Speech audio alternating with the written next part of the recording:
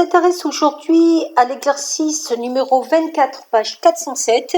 Donc on a une variable aléatoire qui suit une loi normale centrée réduite. Ça veut dire que sa moyenne c'est 0, son écart type c'est 1. Et donc on a représenté la densité de probabilité par cette courbe en cloche. On vous demande de trouver la probabilité P égale à l'aire de la surface verte.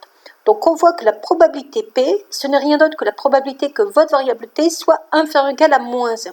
Donc vous cherchez le résultat à la calculatrice en vous mettant de seconde distribution loi normale, FREP, borne inférieure, vous mettez moins 1000, c'est-à-dire un grand nombre entre guillemets dans les négatifs. Borne supérieure, vous mettez moins 1, moyenne 0, écart type 1, et voilà ce que vous avez à peu près. Ensuite, à partir de là, on vous demande de représenter graphiquement qu'est-ce que c'est que P de T supérieur ou égal à 1. Donc, par symétrie par rapport à cet axe d'équation x égale 0, la partie P de x supérieure ou égale à 1 va être symétrique de l'autre côté. Et elle va donc faire la même valeur, donc 0,158. P de T, pardon, la variable s'appelait T.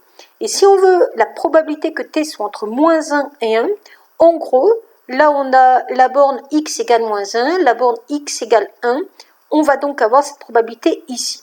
Donc si je veux la probabilité que T soit entre moins 1 et 1, il ne faut pas que j'oublie que la probabilité totale ici de l'univers fait 1.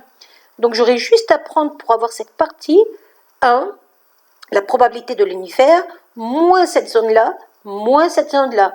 Mais vu que par symétrie, ces deux zones ont la même R, je vais donc avoir 1 moins 2P pour la probabilité que T soit entre moins 1 et 1. Voilà.